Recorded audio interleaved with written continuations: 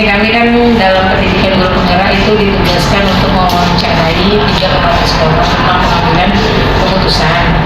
Di sini nanti kami dapat melakukan analisis atas penerapan proses pengambilan keputusan yang berdasarkan pengetahuan yang telah kami pelajari di modul 3.1. Yang ini ada 4 paradigma, 3 prinsip, dan 9 langkah. Nah, 4 paradigma itu kan misalnya individu lawan masyarakat, kemudian rasa keadilan lawan rasa kasihan, kemudian kebenaran lawan kesetiaan, dan jangka panjang lawan jangka pendeknya.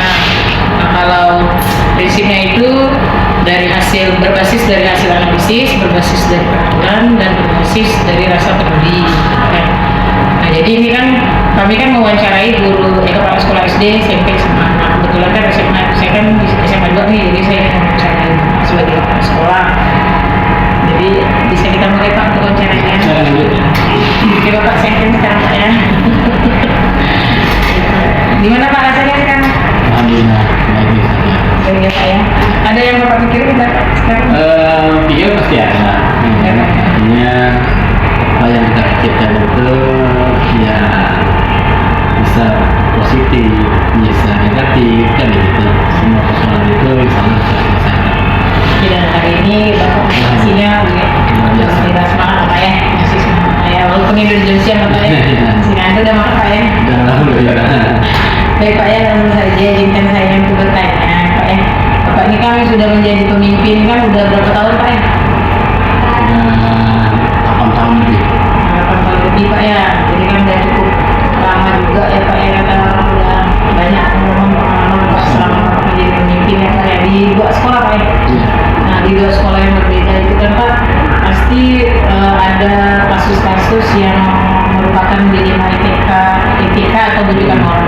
Jadi kalau dilema etika itu kan benar dengan benar, mengambil keputusan di saat ini benar, nah, tapi terus mengambil keputusannya bingung ya. Iya. Terus kalau bujukan moral ini yang di sini benar, yang ini salah. Nah, tapi di situ Bapak harus memutuskan gitu kan. Nah, kira-kira nih Pak, dari 8 tahun Bapak menjadi pemimpin, ada tidak kasus yang Bapak anggap merupakan suatu dilema etika? Jelas ya, pengalaman saya sebagai kepala sekolah. Jadi kasus-kasus yang seperti ini, dilema mengambil keputusan itu memang sangat sering sekali. Contoh adalah kasus yang etika ya. Satu sisi kita akan memutuskan bahwa menindak atau memberikan satu kebijakan keputusan ya kepada siswa atau kepada guru. Dan tentunya nanti akan ada pertimbangan khusus ya, pertimbangan kemanusiaan. Contohnya begini, saya contohkan tentang kasus kenaikan kelas ya kan. Kasus kenaikan kelas itu satu sisi memang anak ini berasal dari orang yang tidak mampu.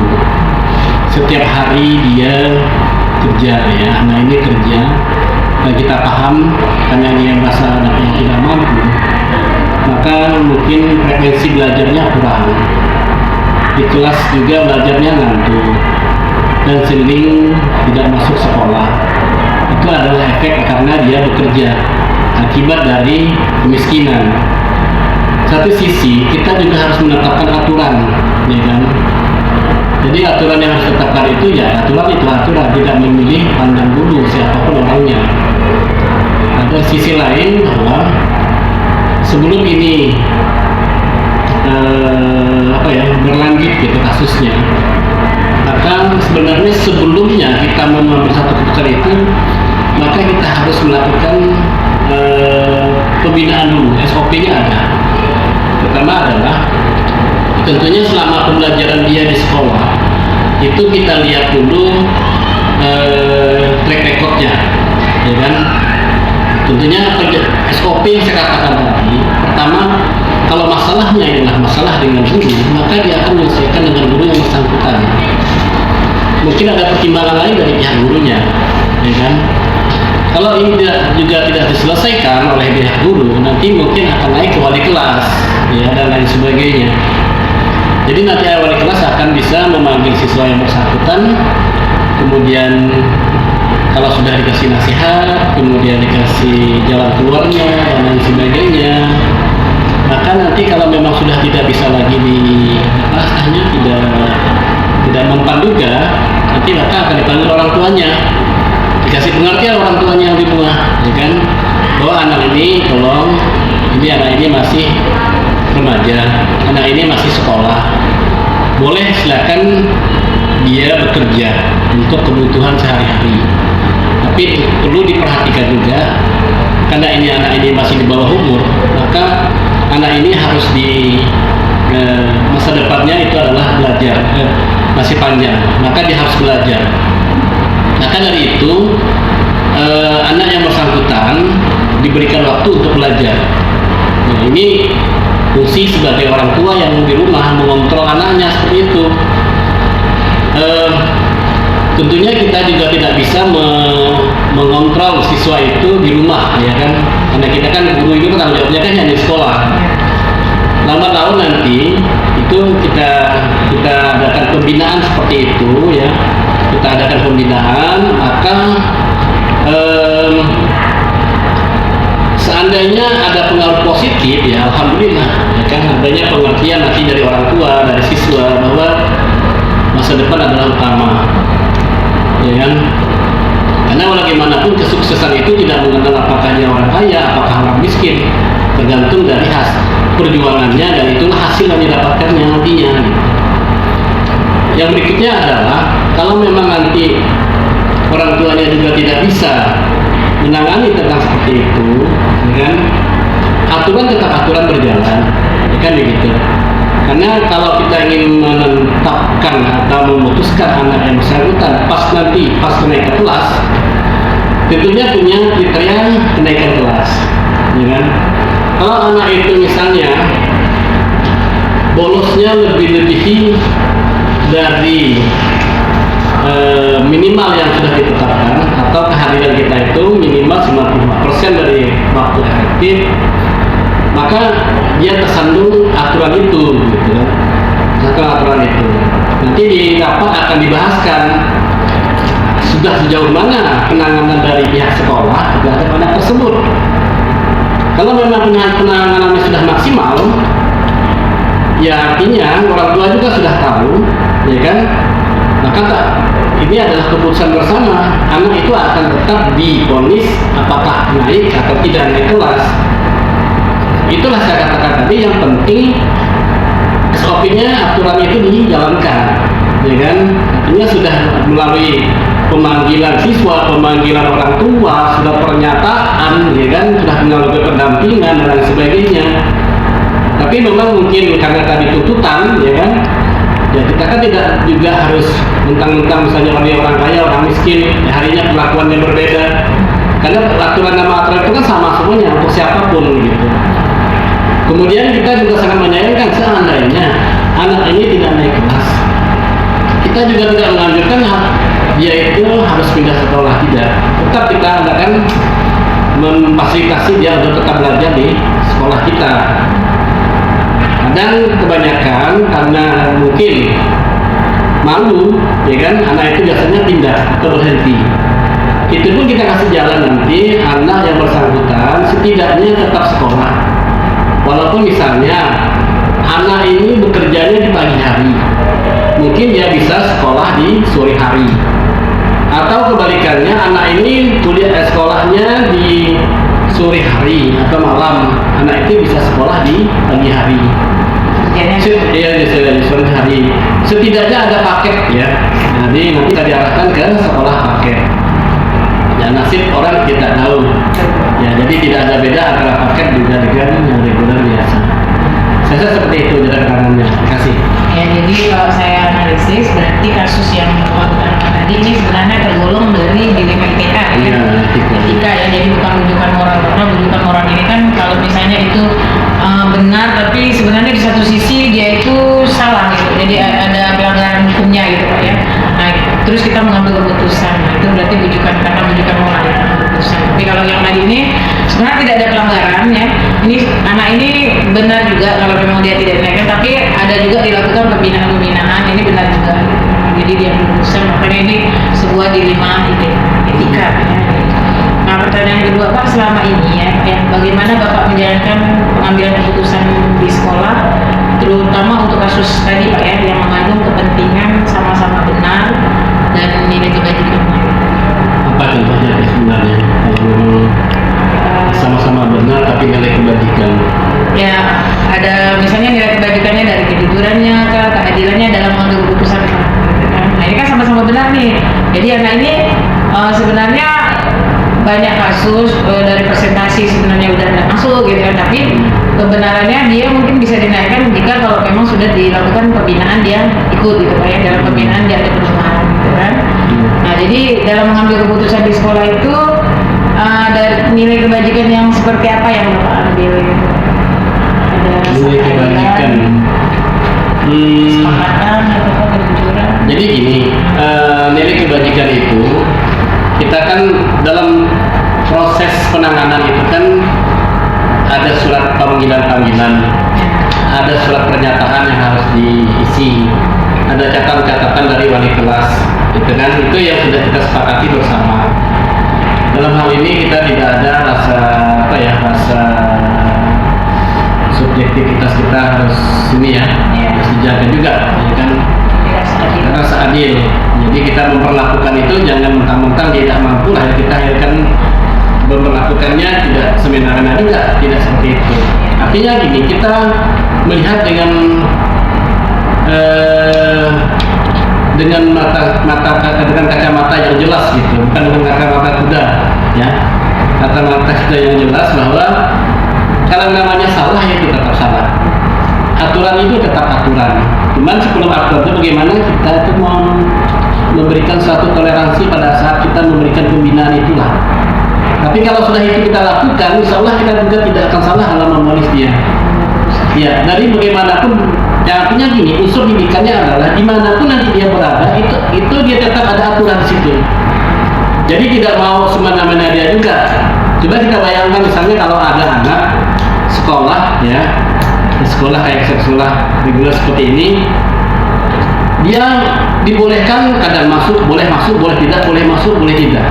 Saya pikir tidak ada sekolah yang menghendaki seperti itu ya.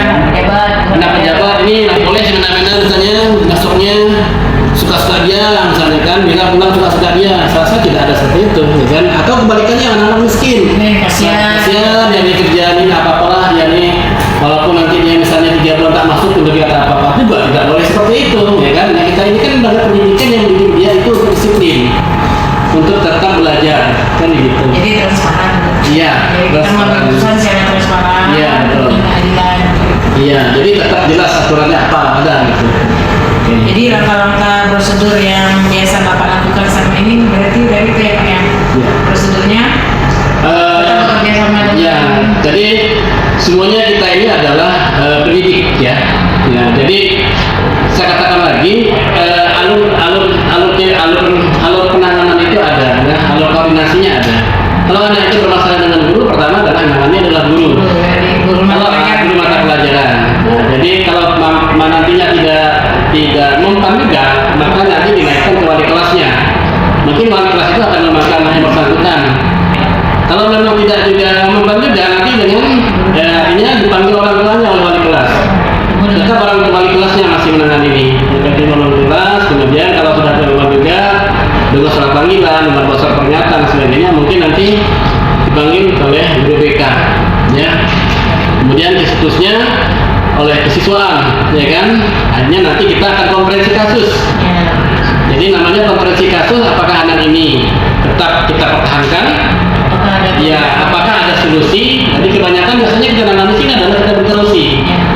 Kalau anak ini misalnya kita tahu permasalahannya adalah kerja malam dan lain sebagainya, mungkin kita cocok misalnya dia misalnya anak ini tidak dicocok dengan iklimnya yang sesuai akan aturan kita, maka kita arahkan cari sekolah yang kira-kira cocok dengan iklim dia. Nah, contoh tadi adalah kalau anak ini bekerja pagi, maka dia diarahkan untuk mencari sekolah yang masuk begitu juga seterusnya. Saya pikir tidak ada juga sekolah yang membolehkan anak tidak sekolah tapi naik kelas gitu, tidak ada. Berarti di prosedur itu diakhiri dengan komprehensi kasus tadi, kemudian disepakati bersama. Iya, dibuat sebagai dari keputusan bersama. Artinya tidak dulu dari ambil oleh satu kelas sekolah, ya tidak. Jadi ini adalah hasil keputusan bersama yang sudah kita kaji kasus-kasusnya. Oke, terima kasih. Baik, kemudian hal apa saja yang selama ini Bapak anggap efektif dalam mengambil keputusan pada kasus-kasus ini? Itu udah efektif dan nih? Ya, artinya kan penanganan kasusnya Karena sudah sesuai dengan SOP-nya, kan? Artinya kan kita secara hukum kita sudah menjalankan itu, Ya. kan? Nah, jadi tidak serta-merta anak baru sakit langsung dikeluarkan, tidak seperti itu, kan? Harus ikuti alurnya dulu. Berarti pengambilan keputusan itu efektifnya kalau misalnya kita sudah sesuai dengan SOP Ya. dan sudah berdasarkan hasil keputusan bersama juga. Iya, betul. Kesepakatan bersama Ya. dengan pihak-pihak dewan gubernurnya yang Iya. wali kelas, BPK, siswanya. Terus hal apa saja ini Pak yang merupakan tantangan? Ada tantangan tidak Pak dalam mengambil keputusan pada kasus LIM ITK tersebut Pak? Jadi dalam penanganan walaupun misalnya mau melewati prosedurnya tadi nih kira-kira mau menjalankan prosedurnya ada tidak tantangan Pak? Ya jelas ada, jelasnya begini, rasa serba salah kita. Kita tahu ada rasa kasihan kita kepada anak yang bersangkutan. Contoh tadi kita anggap mereka anak yang tidak mampu. Artinya anak ini mau kita keluarkan atau mau kita pindahkan. Ya syukur-syukur dia masih mau melanjutkan. Tapi kebanyakan itu kadang dia sendiri malu untuk melanjutkan dan akhirnya menjadi anak yang putus sekolah. Nah, maka dari itu kadang kita semalakama. Semalakamanya gimana? Kita anggap anak ini melanggar aturan. Ini kan satu pelajaran juga atau sama diperlakukan juga untuk semua siswa. Jadi kalau memang siswa itu nanti ada pembanding dia, maka akan lebih buruk lagi nanti kita untuk yang siswa-siswa yang akan datang. Anak ini sering nggak masuk, anak ini sering nggak kerjakan tugas, ya kan? Kok bisa naik kelas? Nanti saya begitu juga lah. Akhirnya ya jadi dari bidang pendidikan kita nanti seperti itu. Ya intinya adalah kita sudah menangani pembinaan dulu itu sebenarnya. Ya. Dan kadang kita berikan solusi anak ini jangan sampai putus sekolah. Artinya diarahkan ke bisa ke paket atau ke swasta, bukan atau sekolah-sekolah yang diinginkannya. Jadi seperti itu. Jadi tantangan ini jangka pendek ini dalam mengambil keputusan anak ini bisa, tapi jangka pendeknya khawatirnya yang adik-adik kelasnya temannya akan mengikuti juga seperti itu. Jadi yang bandingkan dengan kok itu bisa kami kok nggak bisa kan gitu. Kok ini diberlakukan seperti ini kok kami tidak seperti ini. Dia akhirnya bukan mencontoh yang baik, akhirnya mencontoh yang buruk. Walaupun pada prinsipnya adalah contohlah sesuatu yang baik, bukan contoh yang buruk sebenarnya. Kalau dalam mengambil keputusan nih Pak, ada tidak misalnya pro dan kontra antara guru gitu atau dengan orang tua gitu Pak? Sesuatu yang kita musyawarah tetap ada pro kontra. Tapi itu kajian kita, ya. Jadi kajian kita kalau sudah satu kesepakatan ya, artinya untuk kesepakatan ini artinya untuk kemaslahatan bersama, ya, atau untuk kenyamanan bersama. Nah, jadi saya pikir saya selama ini belum juga pernah mendapatkan tantangan berat dari para guru misalnya dalam mengambil keputusan kalau memang anak ini sudah kita jalankan SOP-nya atau prosedurnya.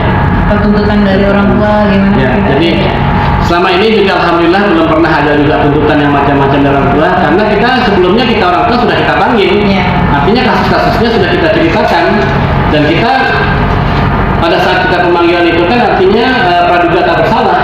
Artinya anak ini masih bisa dibimbing dan sebagainya. Tolong kalau di sekolah guru atau kami yang membimbing anak ibu, kalau nanti di rumah silakan ibu yang membimbingnya. Kalau biasanya orang tua itu terbuka, biasanya dia lebih berat membimbing anaknya di rumah, gitu kan? Ya, kita bersyukur kalau sekolah ini masih bisa bersabar kan begitu. Artinya dia sudah tahu bagaimana wajar saja anak ini tidak dipindahkan atau tidak naik kelas karena dia sendiri, orang tua sendiri sudah melihat perilaku anaknya seperti itu. Jadi jarang sekali kita temukan anak itu kalau sudah kita berikan keputusan, mereka akan marah-marah atau menurut kita jarang sekali. Malahan mereka sangat berterima kasih. Dan kita pun kalau memang misalnya anak itu diputuskan tidak naik kelas karena dari segi belajarnya juga galau-galan atau kehadirannya juga namanya, justru dia berterima kasih dengan kita gitu. Artinya kita sudah penanganan anak ini bukan hanya dinilai, tapi dari perilakunya itu juga kita perhatikan.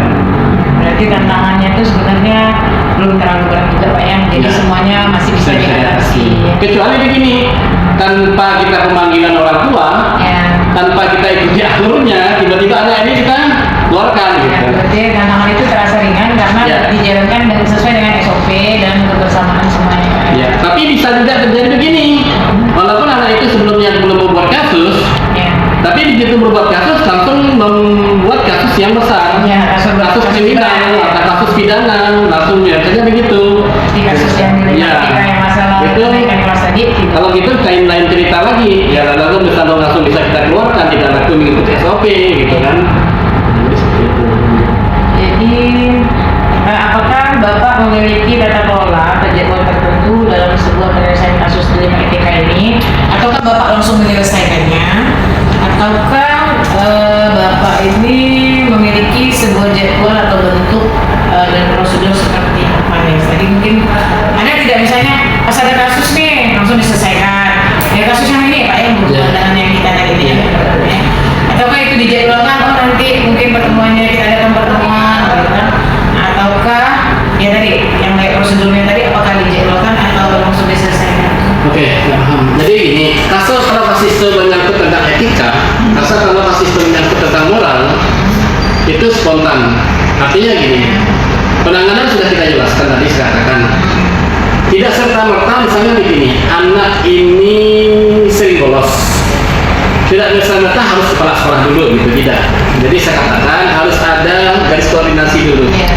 Jadi anak yang bolos itu mungkin nanti tangannya langsung oleh wali kelas dengan dia supervisi dulu gitu kan. Artinya tidak juga harus dijadwalkan, ya kan? Karena kasus ini kan timbulnya itu kan tidak mengenal waktu. Jadi pengambilan keputusan terakhir itu apakah terjadwal pada saat rapat kenaikan kelas saja, ataukah bisa saja nanti sebelum rapat kenaikan kelas pun gitu. Jadi gini, kita tergantung laporan dari wali kelas. Sejauh mana saya tanyakan, misalnya, ibu ini sudah sejauh mana penanganannya? Apakah orang tua sudah dipanggil atau tidak? Ya kan gitu. Kalau dia perlu pendampingan, ya insya Allah kita bantu dalam pendampingan dengan orang tua. Kalaupun misalnya dia sudah bisa menangani sendiri atau dengan BPK, silakan. Tentunya mereka punya rekam medisnya, rekam jejaknya.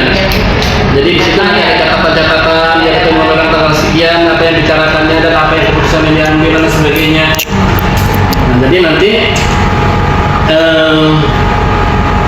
dia akan memberitahukan ke kita, akan melaporkan Pak, anak ini sudah kami maksimal dalam pendampingannya, dalam pembimbingannya, tapi masih juga seperti ini. Nah, bagaimana kita tindak lanjutnya? Nah, itu nanti kita akan buatkan apa khusus ya, atau setelahnya tadi saya katakan apa konferensi kasusnya lah, mana yang dibahaskan. Rapat khusus itu kita jadi. Iya. Jadi di situ nanti akan kita ada notulen rapatnya juga, ya. Yang jelas nanti di situ kita putuskan bersama dengan pertimbangan tadi. Yang sudah melalui prosedur. Iya. Jadi, nah yang itu baru kita hanya bukan berarti yang terjadwal seperti misalnya harus minggu ini yang siapa itu kita kan satu kasus-kasus nih. Bukan berarti begitu. Jadi pada saat dia yang harus cepat mengambil keputusan, jangan berlama-lama lagi. Jangan nunggu misalnya tunggu kenaikan kelas, tidak boleh ya. Siapa tahu misalnya dia masih diberikan kesempatan untuk belajar di sekolah yang cocok menurut dia. Nah, jadi masih bisa belajar di tempat lain. Daripada nanti dia dipertahankan anak ini. Biasanya prediksi anak ini karena sudah sangat berat kasusnya, prediksi dia tidak naik, mendingan dari sekarang bisa beritahukan. Nanti dia orang tua akan menyebusa bahwa saya tidak bisa bertahan ini. Kalau bisa bertahan ini, anak saya juga tidak berubah, anak saya nanti bisa tidak naik kelas.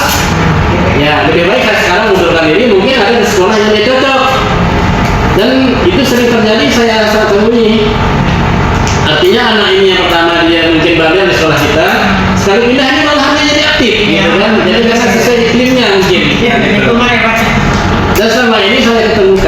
dan anak itu kita karena mungkin dianggap orang tua ya di sekolah ya, kalau kita ada yang mengeluarkan dan sebagainya, alhamdulillah mereka saya pikir tidak ada yang dendam ya, karena kita pun juga motivasi kita bukan karena kita dendam sama dia, tidak ada seperti itu, supaya anak ini berubah saja gitu kan. Mungkin kalau dipertahankan di kita, mungkin iklimnya tidak sesuai dengan kita mau atur aturan seperti ini, karena mungkin tadi dia kerja dan sebagainya, adalah saya nanti mau sekolah di sekolah swasta saja yang sore hari, ya pagi dia bisa bekerja, akhirnya siang dia bisa bekerja, bisa belajar, dan tidak sedikit juga yang berubah begitu ya, jadi lebih baik. Ya. Biasanya pun kalau dia di sini cukup banyak orang di sana mungkin dia berpikir kan kasihan juga orang tua saya berpindah di sini Ya. berubah.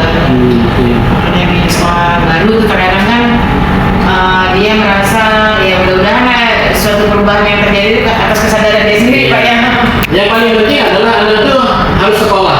Ya, Harus sekolah. Ya, bila perlu nanti kita fasilitasi. Ya, misalnya dia Pak, saya ini bingung dia sekolah mana lah kira-kira saya mau sekolah. Nanti kita punya teman, punya ke sekolah, mau nggak ngalamin anak ini gitu. Jadi kita bantu dia. Bukan malah kita biarkan begitu saja, tidak. Dan kita bantu. Kecuali anak ini, kecuali orang tuanya udah bisa ngurus sendiri. Nah, gitu.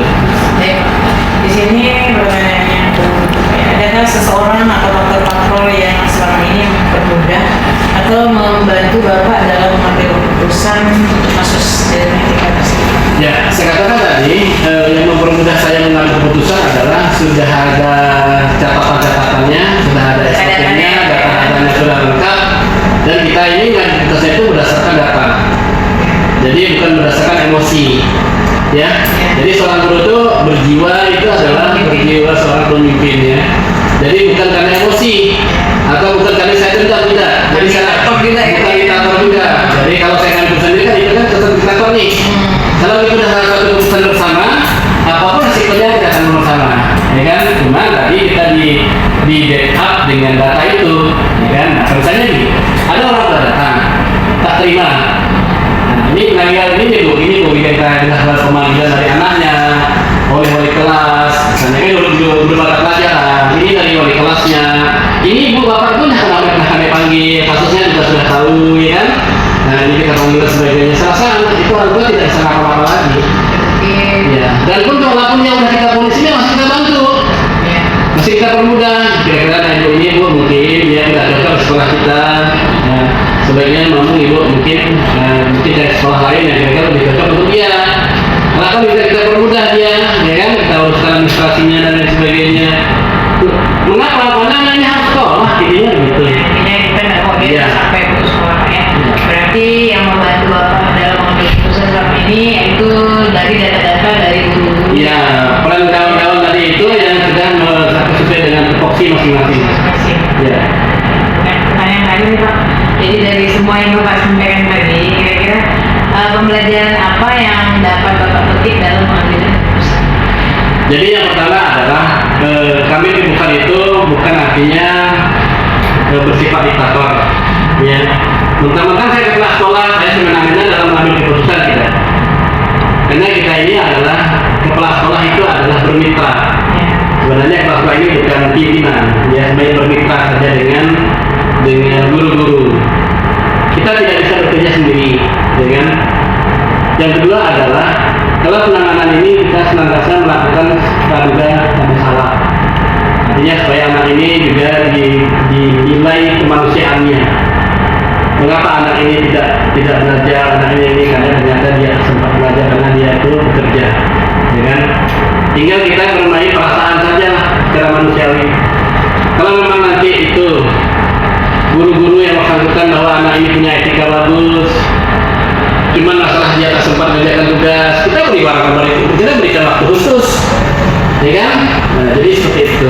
Jadi ada cara saja, ada cara. Yang penting adalah anak itu mau, ya anak itu terbuka. Jadi saya katakan kita dalam memponis suatu harus berdasarkan faktanya dan data yang kita himpun. Yang kedua adalah sesuai aturan, ya sesuai aturan. Jangan diinginkan secara aturan. Jadi semuanya adalah sesuai kan dengan aturan yang sudah berlaku. Oke, Ya Pak ya, jadi dari wawancara hari ini dapat saya simpulkan bahwa paradigma dalam pengambilan keputusan ini itu ada berdasarkan rasa keadilan juga, ya, kemudian ada berdasarkan dari kebenaran, kemudian ada jangka pendek dan memikirkan jangka pendek juga. Ya, kemudian untuk prinsipnya itu Bapak mengambil dalam prinsip hasil akhir Pak ya, jadi dengan keputusan bersama ya. Tapi ada juga rasa peduli juga Pak ya, peduli yang tadi kata Bapak akan memfasilitasi ya, jadi kita akan memfasilitasi anak tersebut, misalnya walaupun dia tidak di sini lagi, kita akan memfasilitasi, akan membantu Pak ya. Berarti itu kan ada rasa peduli juga ya Pak ya. Nah, jadi artinya gini, jangan sampai anak ini kita pindahkan, akhirnya dia putus sekolah, ya kan? Nah, dia putus sekolah. nah di situ kan ada Paling tidak anak ini bisa bersekolah walaupun di paket pendidikan. Jadi minimal ya, kalau orang tua itu misalnya minta bantu di kita, minta maklum, biasanya kebanyakan anak yang seperti ini mempunyai latar belakang orang tua yang berpendidikan menengah ke bawah. Artinya tak tahu gimana saya harus masuk paket, bagaimana saya harus begini. Nanti kita bantu, ya. Nah, kita bantu supaya anak itu juga merasa tidak dibuang begitu saja. Jadi merasa terbantu. Kalau memang bila perlu nanti dia kepayahan mau misalnya susah mencari tempat sekolahnya di mana, ya kita bantu. Kita carikan sekolahnya, misalnya kita hubungi sekolah kalau yang bersangkutan, ya kan, nanti kita arahkan dan sebagainya. Artinya pada prinsipnya sekali lagi saya katakan anak jangan sampai putus sekolah. karena kita ini semua mestinya ujung-ujungnya kita akan berpihak kepada anak ya, berpihak Iya. kepada siswa ya. Jadi apapun kebutuhannya, apapun keinginannya akan tetap kita bantu ya Pak ya. Tapi sesuai dengan prosedur. Dari itu pun nanti pelajaran juga bagi yang lain. Jadi anak ini sebenarnya kalau udah masuk sekolah niatnya itu harus belajar. Hanya tadinya yang etikanya udah bagus, sekarang kalau masuk sekolah ini etika harus bagus. Karena sekolah kan memang Ya, untuk tentang pendidikan. Jadi kita memperlakukan sama semua, ada anak baik itu orang yang kaya, orang yang miskin, orang yang pandai, yang tidak pandai. Jadi Pak ya. Jadi dari hasil wawancara juga dalam 8 tahun Bapak menjadi pemimpin sudah sangat luar biasa dalam mengambil keputusan Pak ya. Terima kasih. Jadi nilai-nilai kebajikannya juga sudah ada ya Pak ya. Jadi cukup bijaksana juga ya, Bapak juga tidak menjadi orang yang dinator ya. Jadi semoga untuk kedepannya Bapak tetap seperti ini dan semakin lebih baik, Amin. semakin sukses Pak ya dalam mengambil keputusan. Terima kasih atas waktunya Pak, wawancaranya. Alhamdulillah saya sudah melaksanakan tugas saya Pak ya. Mohon maaf kalau misalnya mau Pak lagi ya Pak ya. Jadi jangan takut kalau saya wawancara